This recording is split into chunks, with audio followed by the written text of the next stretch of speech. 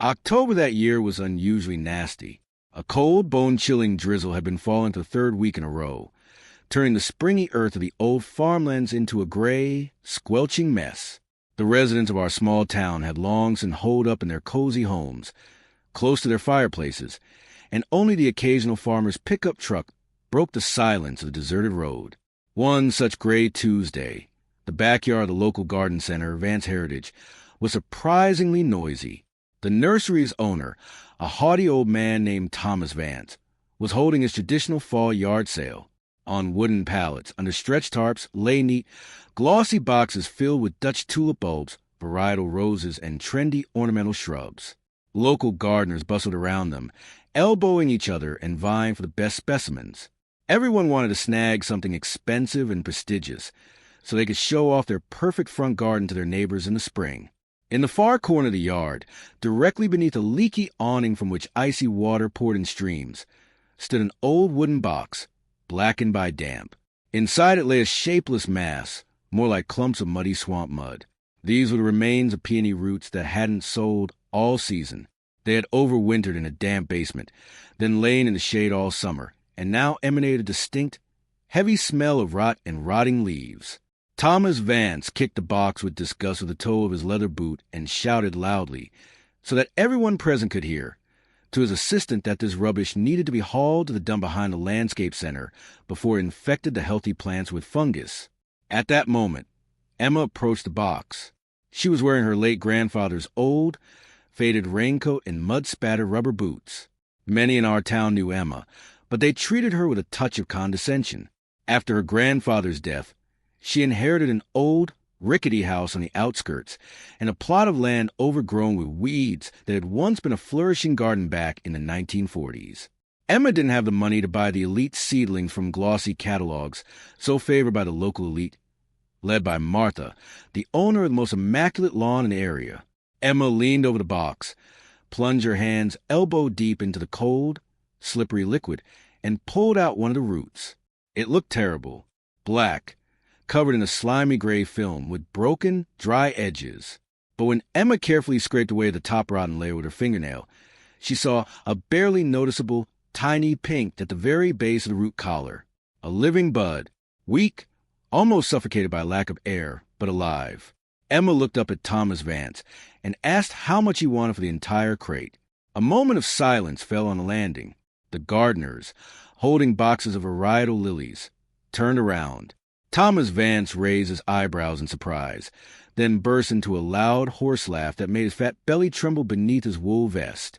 He asked her if she really intended to open a plant cemetery on her abandoned vacant lot. Martha, standing nearby with an armful of premium English rose bushes, covered her mouth with her hand, not hiding a sly smile, and remarked loudly that for some people, collecting junk seems to be hereditary, a reference to Emma's late grandfather, who was also forever dragging all sorts of driftwood and wild herbs into the house. Vance, having finished laughing, waved his hand and said that if Emma would drag the rotten box to his old pickup truck herself, he'd give her the whole mess for $5, just to save gas on trash removal. Emma silently pulled a crumpled $5 bill from her pocket, placed it on the wet tray, and, straining with all her strength, lifted the heavy, dripping box. As she dragged it toward the exit, she was followed by open laughter and jokes about how her property would become the perfect swamp for toad breeding in the spring. Having brought the box home, Emma didn't bother bringing it inside. The smell of rot was so strong it filled the entire space. She settled into the old wooden shed where her grandfather Silas had once worked. His tools still lay neatly oiled on the workbench, and old glass jars of seeds and dried herbs stood on the shelves. Emma lit a small cast-iron stove to warm her fingers, which had grown numb from the cold. The shed smelled of dry wormwood, tar, and old wood. She dumped the entire mass from the box onto the dirt floor and began a task that would have seemed utter madness to any professional landscaper. Emma picked up each root individually. She carefully, like a wounded animal, cleaned into the slippery black dirt, using her grandfather's small wooden-handled knife. She trimmed away the dead, softened tissue, centimeter by centimeter, until a clean, white, dense core was revealed. It was delicate and very dirty work. Sometimes, only a tiny piece the size of a walnut remained from a huge 4-pound plant, but within that piece glimmered a single, life-saving bud. The gardeners at the Vance Center were right about one thing. The plants were seriously ill with root rot, and under normal conditions, they had no chance of surviving until spring. But Emma knew a secret that wasn't written on the packaging of expensive Dutch fertilizers. She remembered how Grandfather Silas had taught her how to tend the soil 30 years ago. He always said that the soil wasn't just dirt you poke a stick into, but a living organism that sensed anything false. Grandfather never bought chemicals. In the corner of the barn, under a layer of old tarpaulin, stood a deep barrel containing coarsely ground real bone meal, gray, with a distinctive, pungent odor, rich in phosphorus and calcium. And nearby, in an iron bucket, lay pure wood ash, which Grandfather collected only after burning old birch logs during the winter cold. Birch ash was a perfect natural antiseptic, capable of stopping any rot and deacidifying the soil. Emma prepared a thick, gray mixture. She mixed ash with warm well water until it reached the consistency of thin sour cream, added a handful of bone meal, and carefully dipped each peeled, wounded piece of root into this natural remedy. The ash instantly sealed the fresh cuts, preventing fungal spores from penetrating, and the bone meal was supposed to give a powerful boost to root growth once the soil began to warm. After this treatment, the roots looked strange. They became gray, lifeless snags, resembling fragments of old bones. The soil on Emma's property was heavy. Years of neglect had turned it into dense turf, overgrown with couch grass and wild thistles. Digging such soil in late October was a real test for the back and arms. Emma had marked out a long strip along the old wooden fence that separated her property from the busy country road leading into town. Every day after her main chores, she would go out into the garden with a heavy bayonet shovel. Rain stung her eyes, the wind blew off the hood of her raincoat, and the earth clung to her boots in huge clumps. Neighbors driving past in their dry and warm cars would slow down at the fence, roll down their windows, and watch the scene with grins. Martha, driving by in her brand-new white SUV, stopped one day and, in a mock sympathetic tone, asked if Emma needed psychiatric help for burying her $5 so deep in the mud just before the frost. Emma didn't respond. She simply wiped the sweat from her forehead with her dirty sleeve and continued digging. Emma poured a generous handful of the same bone meal into each hole dug about a foot deep, mixing it with half-rotted leaves from an old compost bin. She arranged the gray, ash-covered roots so that the fragile pink buds faced straight up and were no more than 2 inches from the soil's surface. If planted any deeper, the peony would never bloom. If planted any closer, the winter frost would kill the bud within the first week. Grandfather Silas repeated this rule like a prayer, and Emma memorized it. By early November, all 47 salvage stumps were buried in the damp earth along the road. Emma covered the plantings with a thick layer of pine litter and dry grass to protect them from the coming January cold. The earth fell asleep, and with it, the last hopes of the townspeople to see anything but weeds there went. Winter arrived early that year and proved unusually harsh. Icy winds from the north blew the last of the warmth from the dry soil, and the snow cover was so thin that the ground froze to a great depth. In December, Marta hosted a pre-New Year's party for the locals, where she showed off her roses, carefully covered with expensive German geotextile, and laughingly recalled once again the eccentric Emma, who had buried the rotten roots along the road. Everyone nodded in agreement that after such frosts, those peonies would be nothing more than a memory, as even the best-kept, well-maintained plants were at risk that winter. Emma herself sometimes succumbed to doubts. On long winter evenings, when the wind howled in the chimney of her old house, she sat by the window and looked out at the snow-covered strip by the fence. She felt she had truly been foolish, wasting so much energy on something that was doomed from the start. But within her lived a stubborn, purely peasant feeling, trust in nature and in her grandfather's experience, who had never made mistakes in such matters. March brought a welcome warmth, but the ground thawed slowly and reluctantly. The neighbors' gardens began to revive. Martha hired a team of professional gardeners who removed the covers, applied expensive Swiss growth stimulants, and pruned the branches. Emma's plot still looked dreary and gray. The black strip of earth along the fence was covered with the remains of rotting pine needles, and there was not a single sign of life. March passed, and mid-April arrived. Thomas Vance's garden center was bustling with new spring supplies, and every time Emma went to the local grocery store to pick up groceries, Vance would ask with a smile how her $5 plantation was doing. And then something happened that no one expected. One warm, damp April evening, after a warm spring rain, Emma walked out the fence. She leaned over one of the holes and froze. A sharp, arrowhead-like sprout was poking to the heavy, wet, oily blackness of the earth. But it wasn't green. It was a rich, dark burgundy, almost black, glistening with moisture and incredibly vigorous. Emma rushed to the next hole, then the third, then the fourth. Along the entire length of the fence, breaking through compacted crust of earth, these burgundy spikes emerged. There weren't 2 or 3 of them. Practically all 47 roots had awakened. Grandfather's method had worked. The bone meal, which slowly decomposed all winter, provided a powerful phosphorus boost for root development, and the birch ash completely destroyed the fungus, allowing the dormant buds to gain incredible strength. While her neighbor's peonies were only timidly sending up thin green stems, Emma's plants were growing at breakneck speed. By early May, the burgundy shoots had transformed into powerful, spreading bushes with lush, dark green foliage that gleamed with an unusual bluish tint. The stems were as thick as a grown man's thumb. They needed no support, standing straight and proud, like soldiers on parade. Passing cars began to slow down, no longer out of laughter, but in amazement.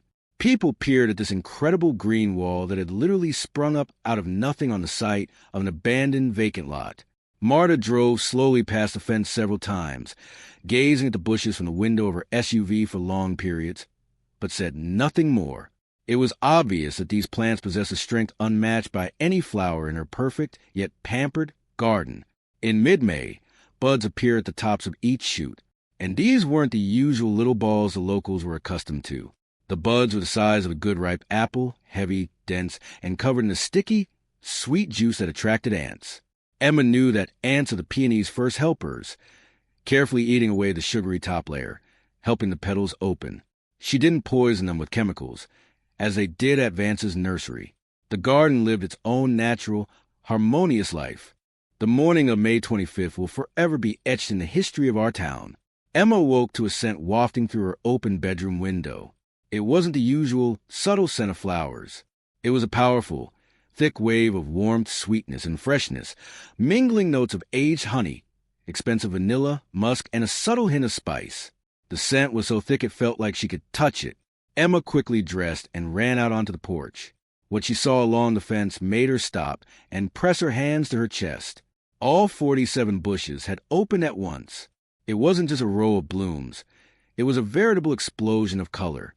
Enormous, double heads of flowers, reaching 25 centimeters in diameter, glowed in the sun with incredible hues. But the most striking thing was their color. These weren't the ordinary pink or white peonies that grew in every other yard. These flowers were a deep, complex coral peach color that faded to a radiant porcelain cream toward the center of the petals, and in the very depths of the flower, a bright, ruby heart glowed. The petals were silky, wavy, and seemed to glow from within, drenched in drops of morning dew. By 8 o'clock in the morning, strange things had begun to happen on the country road. An old mail van was the first to stop. The driver simply gazed at this wall of flowers, forgetting to step on the gas. A farm truck loaded with hay slowed down behind it. Then a car heading downtown. Within an hour, a real traffic jam had formed along Emma's wooden fence. People were getting out of their cars right in the middle of the road, walking up to the fence, gazing in fascination at the flowers, and inhaling the incredible aroma. No one could believe that such splendor had grown in a place that everyone had called a dump just that fall. By midday, the first pedestrians began trickling toward Emma's house. Residents of the town, who had laughed at Emma at the garden center just 6 months earlier, now stood at her gate with phones in hand, begging for permission to take a few photos against the backdrop of this coral wall. The line of people stretched hundreds of meters down the road.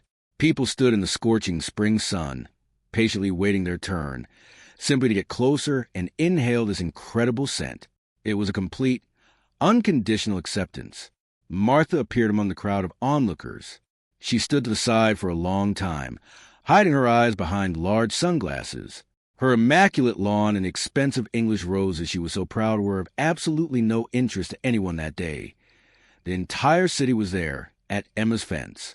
Martha approached the gate, awkwardly shifting from foot to foot, and asked Emma how much she wanted for one bush, offering an amount that would buy a decent used car.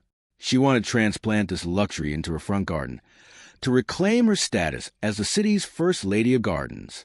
But Emma gently declined, saying that these peonies weren't for sale, as they remembered their ancestral soil and were unlikely to thrive in a place where everything was measured only by money. Late in the evening, an expensive black limousine with license plates from a neighboring state pulled up at the fence. An elderly, elegantly dressed man wearing a straw hat and carrying a cane emerged. It was Dr. Henry Clayton, one of the most renowned collectors of rare plants and a member of the International Peony Society. He was passing through on business, but seeing the line in the coral glow by the road, he simply couldn't pass it by. Dr. Clayton walked along the fence for a long time, examining each flower through a magnifying glass, touching the stems and shaking his head. His face was filled with utter amazement.